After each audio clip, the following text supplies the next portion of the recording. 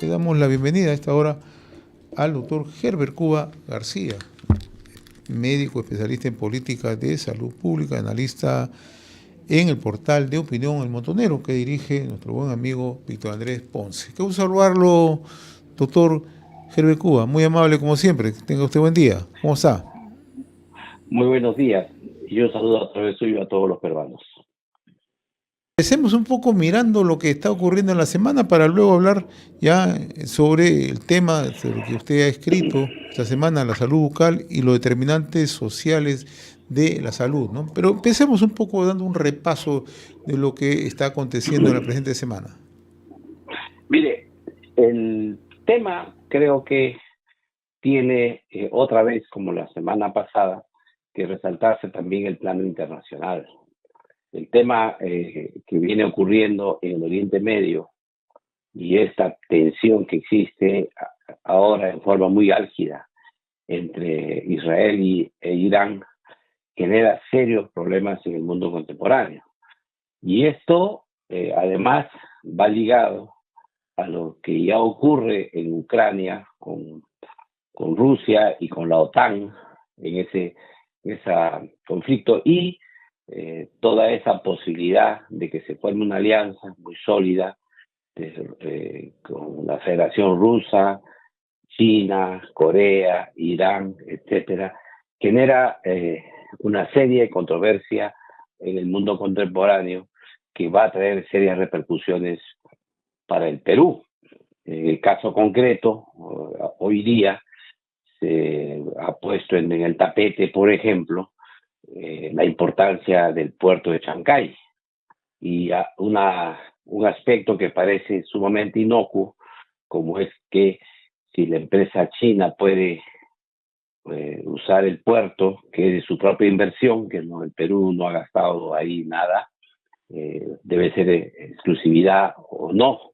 Esa simple interrogante genera un serio impacto geopolítico en el mundo.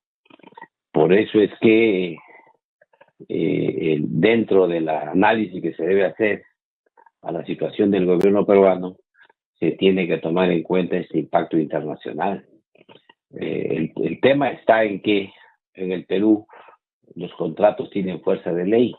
Ya el Perú ha firmado un contrato de exclusividad y es probable que eso tenga que ser respetado al margen de los pedidos que hagan empresas extranjeras, sobre todo del sur del continente, que en realidad lo que hacen es intentar que el Perú no tenga un puerto tan importante que reconfigure la navegación internacional comercial. Creo Esto, que esto doctor Cuba, si incumplimos esto, lo que estamos nuevamente es vulnerando la seguridad jurídica en el país. Ese es un tema bastante delicado, sumamente es, delicado. es muy delicado si tomamos en cuenta precisamente el aspecto geopolítico internacional. No solamente per se es delicado, que el Perú debe de ser un país serio en los temas de los contratos que ya se firman, sino que además el actual contexto mundial puede colocar al Perú en una situación más complicada aún si es que intervenimos un contrato cuya inversión es millonaria, que ahora este año nomás va a ascender a 1.300 millones y en el futuro próximo más de 7.500 millones. Creo que este es un tema muy importante, por eso es que lo que ocurre en el Oriente Medio, lo que ocurre en Europa, en estos conflictos que son ahora armados, podría traer serias consecuencias en nuestras inversiones. Ese es un primer aspecto que hay que tomar en cuenta. Y el tema interno también pasa por el tema económico. El Perú actualmente, según los informes que ha hecho el BCR, está en una situación de mejoría. Hemos tenido una disminución de la inflación. El BCR ha disminuido el interés de los préstamos y esto va a promover las inversiones. Y por otro lado también ya hay un cierto optimismo en los empresarios, por lo menos en el corto plazo, de para poder favorecer las inversiones. Nos queda todavía un pequeño impasse que se ha tenido en el Congreso de la República durante esta semana a raíz de el tema de los retiros de los fondos de pensiones y la falta de aprobación de una nueva ley de pensiones, que son aspectos de una misma moneda. Y en esto entonces se genera un tema, por un lado, del tema de los derechos de los trabajadores, el tema de la pensión, pero por otro lado también se afecta a fondos inmensos de inversiones, porque hay que tomar en cuenta que estos dineros que se recaudan por las pensiones a las administradoras de fondos de pensiones sirven precisamente para hacer las grandes inversiones que el Perú necesita. Claro, es verdad que el Perú ha flexibilizado el retiro de fondos hacia el extranjero, de estos fondos de pensiones. Sin embargo, ahí se priorizó el tema de la rentabilidad económica para los trabajadores frente a las necesidades de inversión y de capitales que tiene el país. Estos temas que son temas de fondo económico, porque involucran millones de dólares de capitales, debería haberse tomado con un poco más de seriedad en esta circunstancia. Una circunstancia de enorme volatilidad política y geopolítica mundial, pero además una enorme volatilidad que se tiene en los capitales en América Latina, los conflictos que hay en el Ecuador, los temas de controversias que hemos tenido con México, que de alguna manera afectan seriamente nuestro comercio también, hace que debería el Congreso de la República tomar un poco más de seriedad cuando se tocan estos temas. En este tema de las AFP, hay un detalle, doctor Cuba. Por las cifras que uno empieza a tomar conocimiento, hay un gran número de peruanos, millones de peruanos, que al cumplir la edad para la jubilación, para poder obtener una pensión, van a llegar en cero. Eso es bastante preocupante. ¿Cómo se va a resarcir esa situación? Porque hay quienes ya están apostando por qué hacer una salida mixta, otros mucho más, digamos, tienen otra posición mucho más, ni siquiera populista, sino ya confiscatoria, decir, bueno, hay que coger los fondos que tenemos para hacer una caja universal. Eso ya son voces en el Parlamento, eso es bastante delicado. Eso es sumamente delicado. Mire, como todos sabemos, hay todos los derechos que uno quiera otorgar a los ciudadanos requieren financiamiento. Si nosotros deseamos que todos los peruanos de una determinada edad tengan una pensión, ese dinero debe salir de algún lugar. Y si queremos una pensión, pues queremos una pensión buena, que les permita vivir el resto de sus días al ser humano en buenas condiciones, se requiere pues que también haya un buen financiamiento. Y aquí no hay milagros. El tema es bien simple.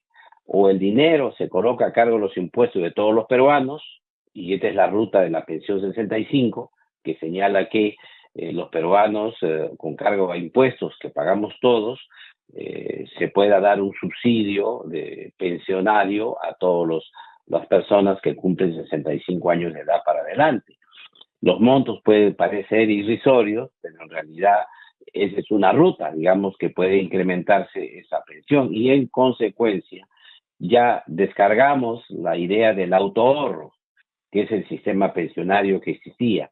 Y la forma del autoahorro en el Perú son dos: o bien a través del Sistema Nacional de Pensiones, que tú haces un ahorro mensual que va a una caja nacional, que lo administra el Ministerio de Economía y Finanzas, o te vas por el tema del sistema privado, donde tienes tus propios fondos, que tú vigilas que tus propios fondos se ahorren, y encima tienes alguna capitalización por el tema de las inversiones que puedan hacer las administradoras de tus fondos, que te generan ganancias.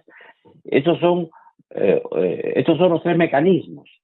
Lo que se ha hecho en el país es que ha empezado a darse más subsidios por parte de la pensión 65. Por otro lado, ha empezado a subsidiarse también el Sistema Nacional de Pensiones, que es que administra el Ministerio de Economía y Finanzas, y se ha comenzado a castigar el sistema privado de pensiones, que es el autoahorro, que finalmente, por un tema de de la pandemia, el expresidente Vizcarra empezó con los retiros de estos fondos y que ha ido en modo progresivo en retiros sucesivos. Por lo tanto, entonces, lo que se tiene aquí como contrapartida debería haber sido una ley de pensiones que permita, una vez, vislumbrar cuál va a ser la ruta que va a tener el Perú en el futuro. Si es que vamos a cargar todo sobre el erario nacional, sobre la caja fiscal, si es que vamos a hacer un sistema mixto, caja fiscal, autoahorro de los ciudadanos, o vamos a seguir manteniendo este sistema del ahorro ciudadano a cargo del Estado. Estos son sistemas que debería definirse en una ley de pensiones que lamentablemente en el Congreso todavía no se han puesto de acuerdo y no se ha podido decidir. Esto tiene una importancia capital, porque eso tiene que ver, es una reforma que se ve en años, en 30 años, 40 años, que es lo que ya tiene el sistema privado de pensiones en el Perú, o es el proceso de reforma de pensiones que se hizo en el Perú a inicio de la década de los 90. En consecuencia, aquí lo que se trata es de tratar el tema con la mayor seriedad, tomando en cuenta que cualquier derecho que se otorgue en esta circunstancia requiere financiamiento, requiere dinero, y ese dinero debe salir de algún lugar. La parte que usted señala, ¿no? Requiere financiamiento. Y el financiamiento, los recursos salen con inversiones. Eso es real. O sea, no podemos nosotros mirar en perspectiva algún ofrecimiento que no se va a cumplir. Si no tenemos recursos, probablemente a futuro mucha gente vea limitados sus ingresos en cuanto al sistema pensionario. Entonces, ese es un tema central. Mire, uno de los efectos especiales es que si yo ahorro mi dinero, ese dinero no debería quedarse muerto en una caja fiscal. Es decir, el ahorrar dinero en el Sistema Nacional de Pensiones, por ejemplo, lo que significa es que lo que tú ahorras es irrelevante, porque al final el Estado va a establecer una pensión que tú vas a recibir. En el caso del sistema privado de pensiones, tienes la ventaja de que tu dinero que depositas crece en el tiempo, porque es parte de los ahorros, de las inversiones que hacen las AFPs en relación a tu dinero que tú depositas. Pero si tú ves ese pequeño detalle, ciudadano por ciudadano, y lo juntas en toda la masa monetaria de esos depósitos, lo que tú tienes es una enorme palanca financiera para favorecer el crecimiento del país. Eso es lo que hay que ver en su conjunto, el gran beneficio que tiene cuando tienes una masa monetaria enorme que puede participar en inversiones de diversos tipos, de infraestructura, para hacer puentes, para hacer carreteras, para educación, incluso para la salud, etcétera. Son enormes inversiones que tiene, que son de capital privado, que pueden hacer que mover la economía nacional. Pero si tú esos fondos los retiras por el uso individual momentáneo, lo que tú generas de alguna manera es también una afectación a la inversión privada de esa gran masa monetaria que se tenía. Pero a su vez, si tú necesitas priorizar en el tema de la pensión, como se dice, digna, una pensión grande y fuerte, tienes que hacer una adecuada mezcla del interés individual de los ciudadanos con el financiamiento que se tiene y con la inversión, porque de otra manera lo que tú vas a conseguir es al comienzo tener mejores pensiones, pero que al final, por falta de desarrollo económico, esas pensiones se terminen pauperizadas en el corto plazo o en el mediano plazo. Eso es lo que se tiene que discutir en el Congreso de la República, pero lamentablemente hasta la fecha no sale humo blanco y no se resuelven los temas, porque parece ser que más está el encasillamiento ideológico de algunos sectores del Congreso que impiden que se resuelvan estos problemas que son sumamente prácticos. ¿De dónde va a salir la plata? ¿De dónde se va a financiar un sistema de pensiones digno para las personas mayores en el país? Vamos al tema que usted esta semana ha escrito sobre la salud bucal y los determinantes sociales en la salud. Coméntenos, por favor. Mire, el artículo es un poco crítico, digamos, en el sentido de que a veces los funcionarios no reflexionan la posibilidad de intervenir en los aspectos más importantes de la salud, que son los determinantes sociales. Nada hacemos nosotros, por ejemplo, para tratar de tener muchos odontólogos o dentistas en los establecimientos de salud si las familias no tienen hábitos de vida saludables. Que al niño apenas nace le das leche con mucho azúcar, o le das chocolates, dulces, o incluso el biberón con enorme cantidad de azúcar, le ponen agua azucarada, etcétera. Esos temas que son temas de educación en la población, que requiere información sobre el daño a la salud que puede generar el azúcar, no solamente para el cuerpo en general, sino para los dientes que están que salen, que son los dientes de leche. Y esto hace que finalmente en el mundo entero se presente un problema de la caries infantil temprana. Es increíble que los dientes de leche ya tengan caries. Y esto genera pues un problema de salud en la población. El segundo aspecto que hay que tomar en cuenta aquí es que tampoco se hace mucho desde las autoridades sanitarias para que la población comprenda que la caries es una enfermedad.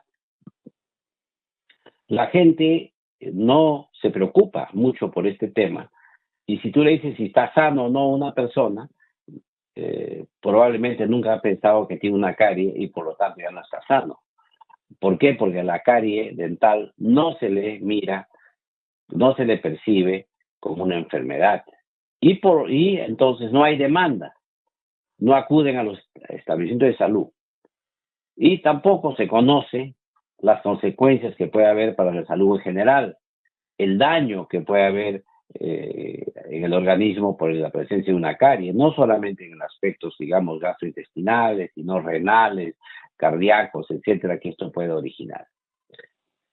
Y por último, por si esto fuera poco, se pretende que los profesionales de la salud que formamos en el país se dediquen solamente a actividades netamente curativas, es decir, a resolver las caries, a resolver las enfermedades que puedan tener el diente o la cavidad bucal.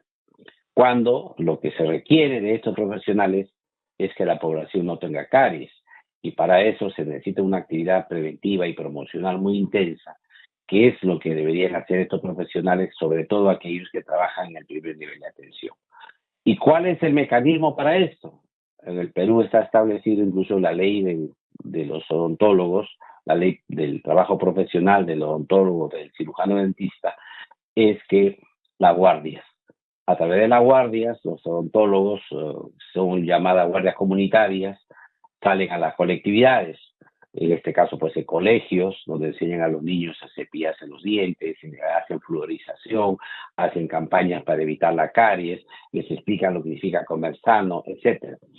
Pero además, no solamente es un tema de las madres gestantes, también las madres que dan a luz, les explica cómo debe ser la alimentación de los niños.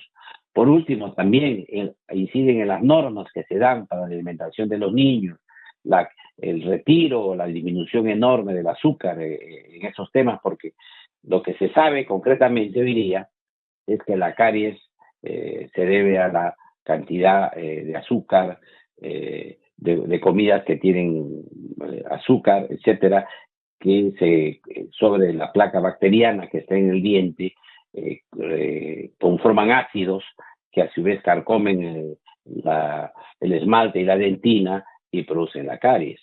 Y esto, que ya está demostrado mundialmente, ya se sabe exactamente cómo funciona el mecanismo para la producción de la caries, se hace muy poco en el país para resolver. Y aquí lo que pretendo es señalar en este artículo es que se resuelva esta exclusión de los odontólogos de los turnos de guardia, se promueva el trabajo de los odontólogos en la gestión de los determinantes sociales y se genere una cultura sanitaria a favor de la gestión de los determinantes sociales, con normas que vengan desde el Congreso o normas que den desde el Poder Ejecutivo, decretos supremos, reglamentos, etcétera, que permita que se puede hacer una actividad intensa a favor de la salud bucal, que a su vez va a redundar en favor de la salud en general. Yo le agradezco la amabilidad de haber compartido estos minutos a través de la semana en RCR, Red de Comunicación Regional. Ha sido un gusto conversar con usted. Muy amable como siempre. Un abrazo una vez más.